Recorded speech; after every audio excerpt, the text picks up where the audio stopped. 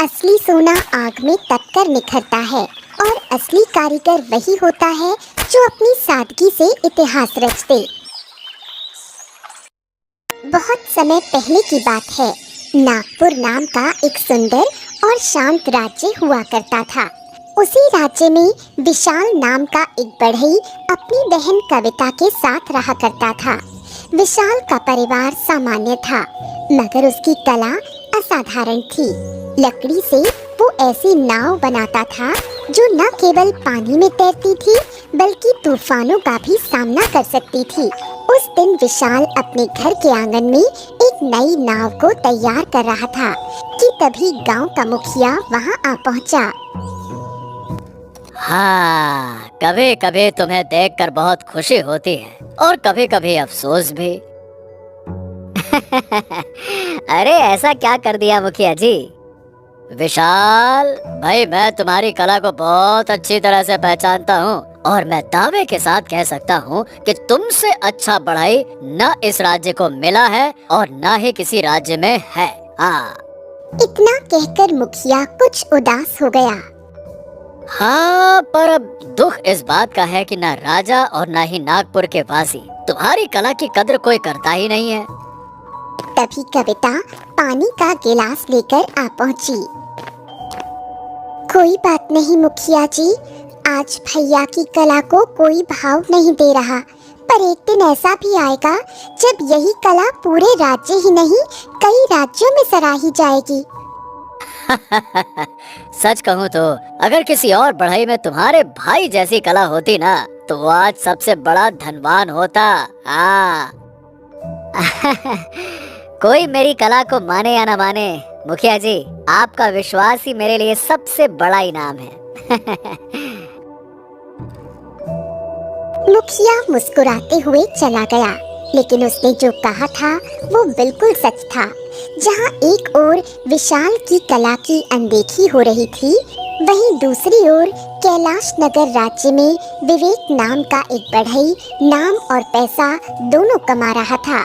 पर विवेक सिर्फ चालाक नहीं था, वो घमंडी भी था और लोगों को ठगने से कभी नहीं चूकता था। विवेक अपनी दुकान पर बैठा किसी ग्राहक का इंतजार कर रहा था। हाँ भैया, क्या मेरी नाव तैयार हो गई? हाँ। देखो भैया, तुम्हारे बताए अनुसार तो नहीं, लेकिन ये देखो, उससे कहीं बेहतर नाव तैयार की है।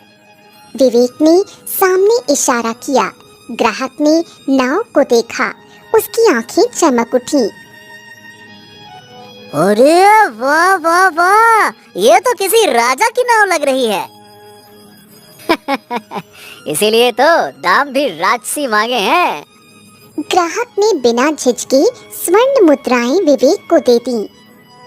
हाँ भैया, अब ये नाव मेरी है, मैं इससे दूसरे राज्यों में व्यापार करूंगा। हाँ हाँ, बस सफलता मिलने के बाद मुझे भूल मत जाना। ग्राहक प्रसन्न होकर चला गया। तभी विवेक की बहन आरती वहां आ पहुंची। भैया, वो जो नई नाव बनाई थी कहाँ है? अरे आरती, कुछ देर पहले ग्राहक आया, उसे खरीद कर ले गया। हाँ। आपने उसमें बहुत ही घटिया लकड़ी का इस्तेमाल किया था। शर्म नहीं आती भैया? अगर नाव डूब गई तो? अरे मुझे इस बात की कोई परवाह नहीं है। भैया, अगर लोगों को पता लग गया तो आप पर लोगों का सारा विश्वास टूट जाएगा। अरे तुम नहीं जानती आरती कि राजा कमलेश मुझसे कितना प्रभावित है। मैं खराब लकड़ी सिर्फ दूसरे राज्यों के लिए इस्तेमाल करता हूँ, अपने राज्य वालों को तो मैं बहुत अच्छी नाव बना के देता हूँ। हाँ। आरती का चेहरा नाराजगी से भर गया। भैया, घमंड छोड़िए, नहीं तो ये घमंड एक दिन आपको डुबो देगा। इतना कहकर आरती वहां से चली गई, लेकिन विवेक ने अपनी बहन की बात पर भी ध्यान नहीं दिया। इधर दूसरी ओर अगले दिन वही ग्राहक मोहन अपनी पत्नी राधा के साथ नदी किनारे खड़ा था। आ देखो राधा, ये नाव कितनी सुंदर है। आहाहाहा। अरे काश हमारे नागपुर राज्य में भी विवेक जैसा बढ़िया कुशल बढ़ाई होता तो कितना अच्छा होता ना। यहीं बन जाती हमारी नाव। बिल्कुल सही कह रहे हैं आप। ये नाव तो किसी राजा की नाव जैसी लग रही है। और देखिए, जब हम कैलाश नगर आए थे, आपका सपना यही था कि मेहनत करके यहाँ से नाव खरीदें और नागपुर लौटें। आज वो सपना पूरा हो गया। हाँ, तो चलो अब नाव में बैठकर अपने राज्य चलते हैं। चलो। मोहन और राधा नाव में बैठ गए। मोहन चप्पू चलाने लगा।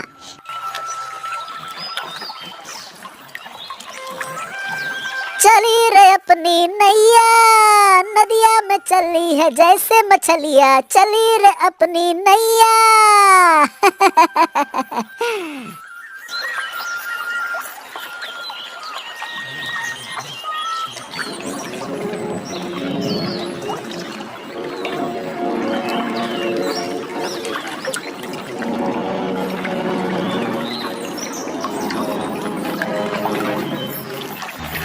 नाव कैलाश नगर की सीमा पार करने ही वाली थी कि अचानक नाव हिचकोले खाने लगी। ये क्या हो रहा है? नाव क्यों डगमगाने लगी? अरे अरे लगता है अरे नाव की लकड़ी में छेद हो गया है। ए राधा, नाव डूब रही है। राधा, पकड़ो पकड़ो, संभालो। पर ये तो नई नाव है, इसमें छेद कैसे हो सकता है? अचानक नाव डूब गई। मोहन और राधा की चीखें हवा में गूंज उठी। उधर इत्तेफाक से विशाल वहीं नदी किनारे टहल रहा था। मोहन और राधा को डूबता देख विशाल ने बिना सोचे समझे नदी में छलांग लगा दी और बहुत मुश्किल से उन्हें उनकी नाव सहित खींचकर किनारे ले आया। हाँ, इस नाव की सुंदरता को देखकर मैं खो गया था। कैलाश नगर के विवेक नाम के बढ़ई ने तो हमें ठग लिया। ओ, तो तुमने ये नाव कैलाश नगर से बनवाई है और ये नई नाव है ना? हाँ, हमने अपनी सारी जमा पूंजी देकर विवेक से नाव बनवाई थी और उसने हमारे साथ धोखा किया। ये तो अच्छा हुआ कि हम नागपुर के किनारे थे, वरना हम तो डूब ही जाते। हाँ, हमने इस नाव को लेकर व्यापार करने का सपना देखा था। अब सारा सपना टूट गया।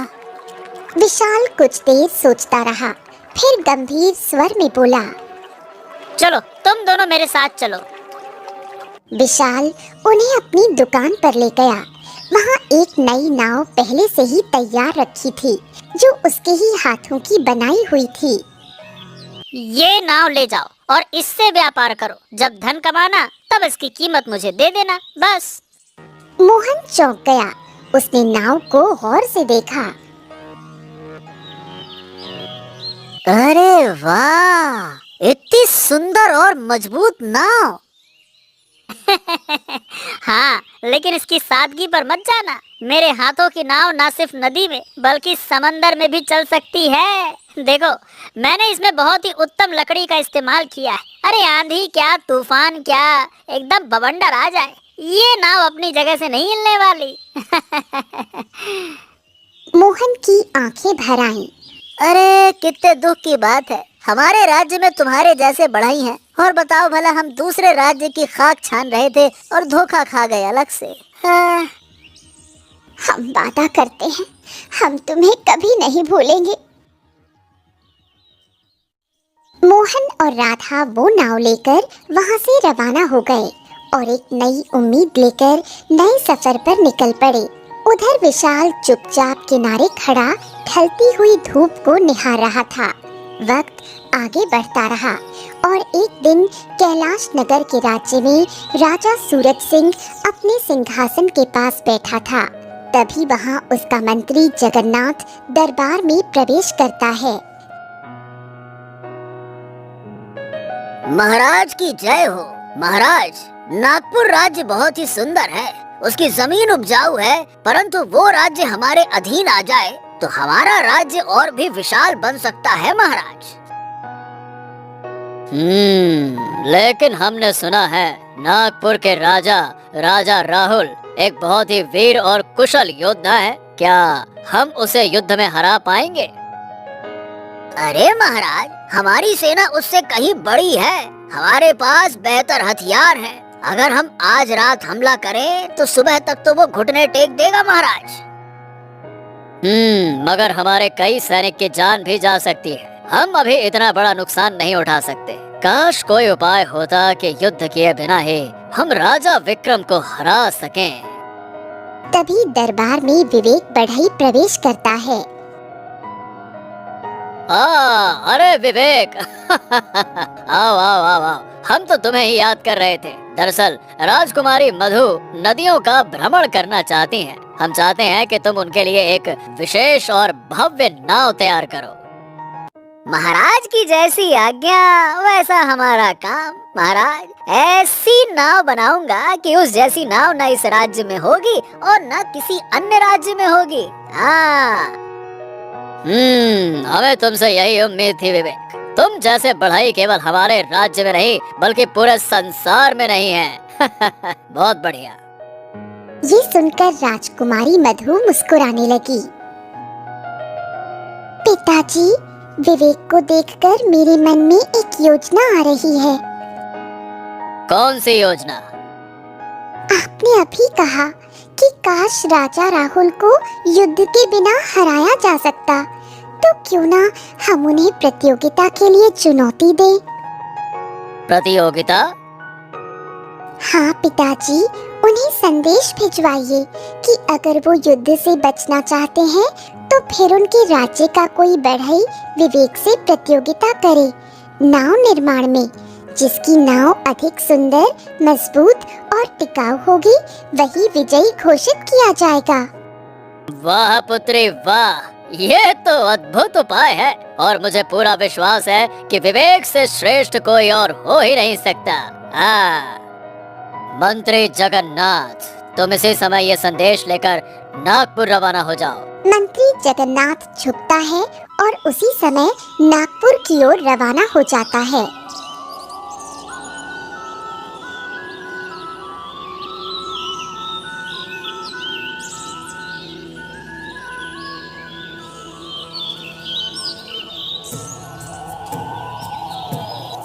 अगले दिन नागपुर का राजमहल, राज दरबार के बीचों बीच मंत्री जगन्नाथ खड़ा होता है।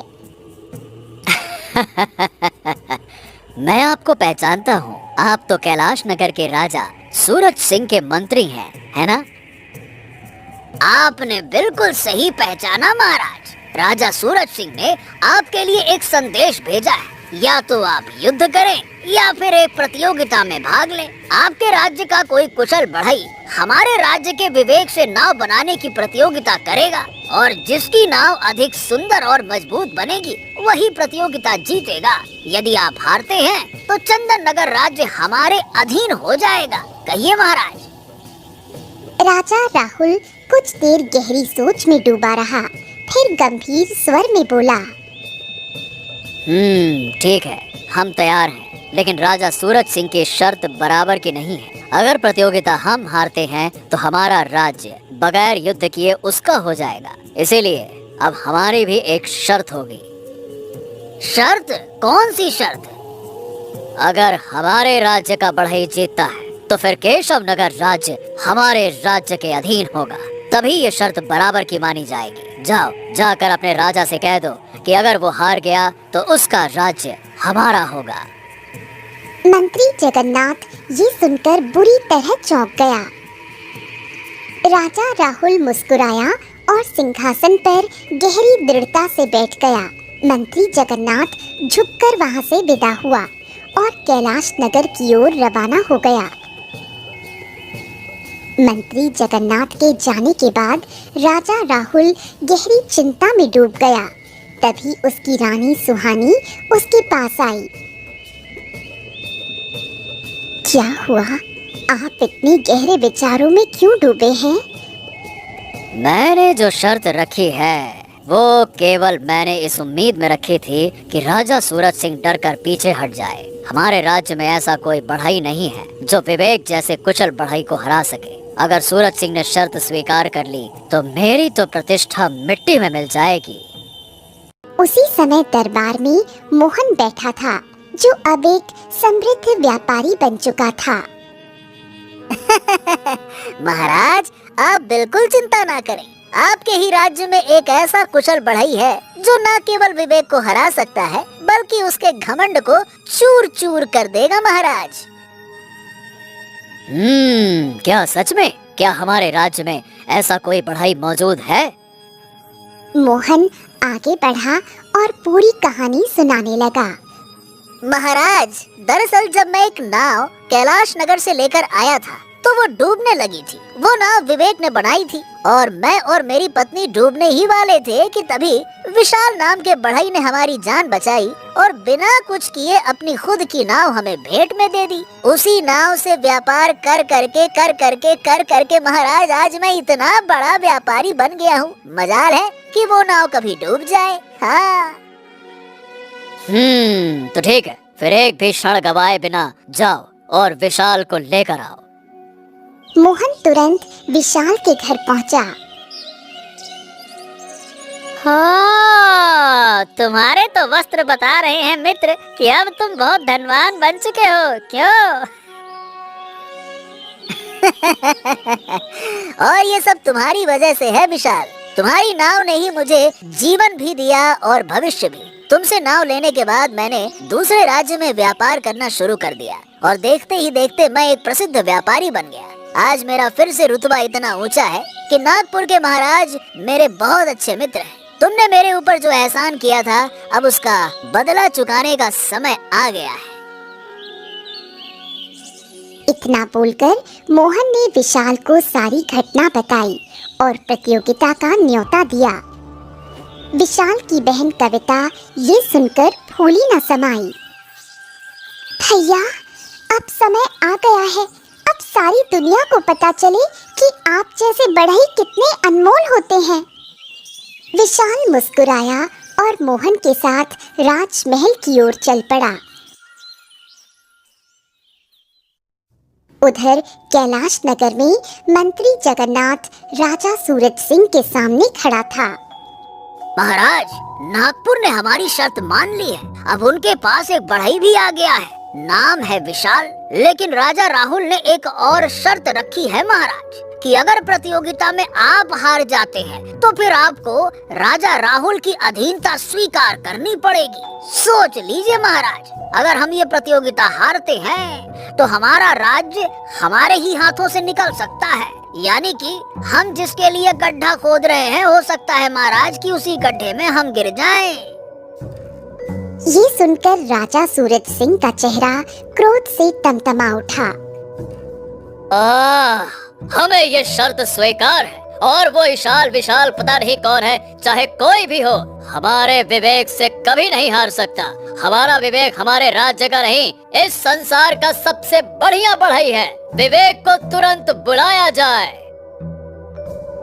कुछ ही देर में विवेक बढ़ई दरबार में हाजिर हुआ। विवेक, अब समय आ गया है अपनी कला को साबित करने का। तुम किसी भी कीमत पर ये प्रतियोगिता नहीं हार सकते। अब तुम्हारे कंधों पर राज्य की जिम्मेदारी है, समझ गए? महाराज, आप तो कतई चिंता ना करें। इस पूरे संसार में मुझसे बेहतर नाव बनाने वाला कोई है ही नहीं। निश्चिंत रहिए।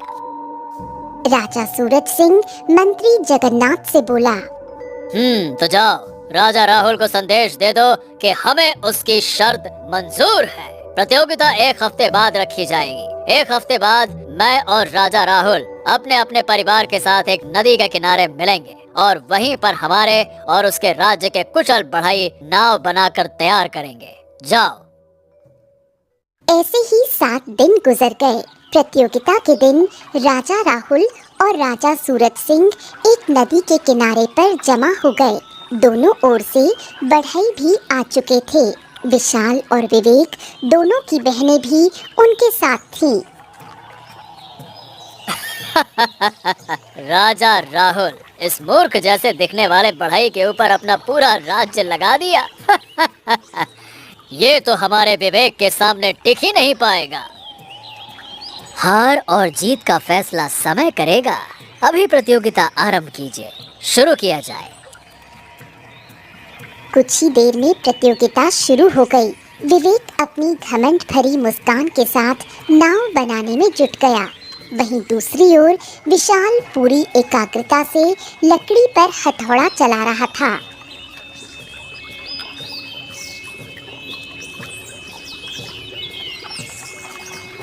कुछ समय बाद दोनों नावें तैयार हो चुकी थीं। विवेक की नाव बहुत सुंदर थी, चमचमाती हुई, रंग बिरंगी, जबकि विशाल की नाव साधारण लग रही थी, सीधी, सरल परंतु मजबूत। जैसा तुम्हारा राज्य वैसी ही तुम्हारी नाव। अरे देखो तो जरा, दूर से ही लग रहा है जैसे कबाड़ी में खरीदी गई हो। जरा इधर तो देखो, मेरे बढ़ई की नाव। आय हाय हाय, आय हाय हाय, क्या भव्यता है इसमें, वाह। महाराज, प्रतियोगिता सुंदरता की नहीं थी बल्कि टिकाऊपन और मजबूती की थी। निर्णय तो तब होगा जब दोनों नाव में यात्रियों को बैठाकर नदी का एक पूरा चक्कर लगाया जाएगा। हाँ हाँ, ठीक है, हमें मंजूर है। राजा सूरज सिंह ने अपने राज्य के 2 सैनिकों को इशारा किया। तुम दोनों नाव में सवार हो जाओ और नदी का एक पूरा चक्कर लगाकर बताओ कि कौन सी नाव सबसे बेहतर है। उसके बाद मैं और राजा राहुल हम दोनों नाव पर सवार करके फैसला करेंगे कि किसकी नाव सबसे ज्यादा बेहतर है। जाओ। ये सुनकर राजा राहुल मुस्कुराते हुए बोला, और वो फैसला कैसे होगा? कैसे क्या होगा, बड़ा ही आसान है राजा राहुल। जिसकी नाव सबसे ज्यादा बेहतर होगी वो तेज गति से पानी में तैरेगी और जो कमजोर होगी वो कम गति से तैरेगी। मुझे मंजूर है। फिलहाल तो अपने सैनिकों को दोनों नाव पर बैठा दीजिए। देखते हैं आपके सैनिकों को किसकी नाव ज्यादा पसंद आती है। ठीक है। दोनों सैनिक नाव में बैठ गए। एक ने विवेक की नाव ली, दूसरे ने विशाल की। नदी में दोनों नावें बढ़ चली।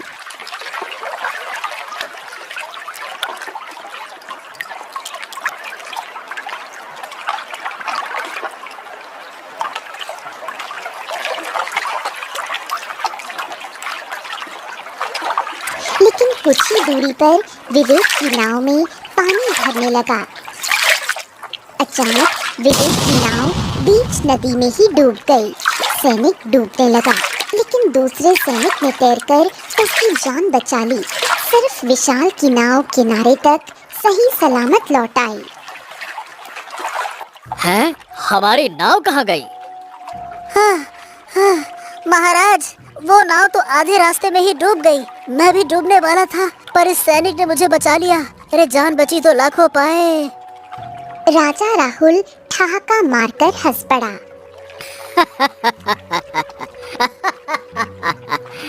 घमंड से कभी भी जीत नहीं मिलती सूरज सिंह। तुम भी घमंडी थे और तुम्हारा बढ़ई भी, और घमंड हमेशा डुबोता है।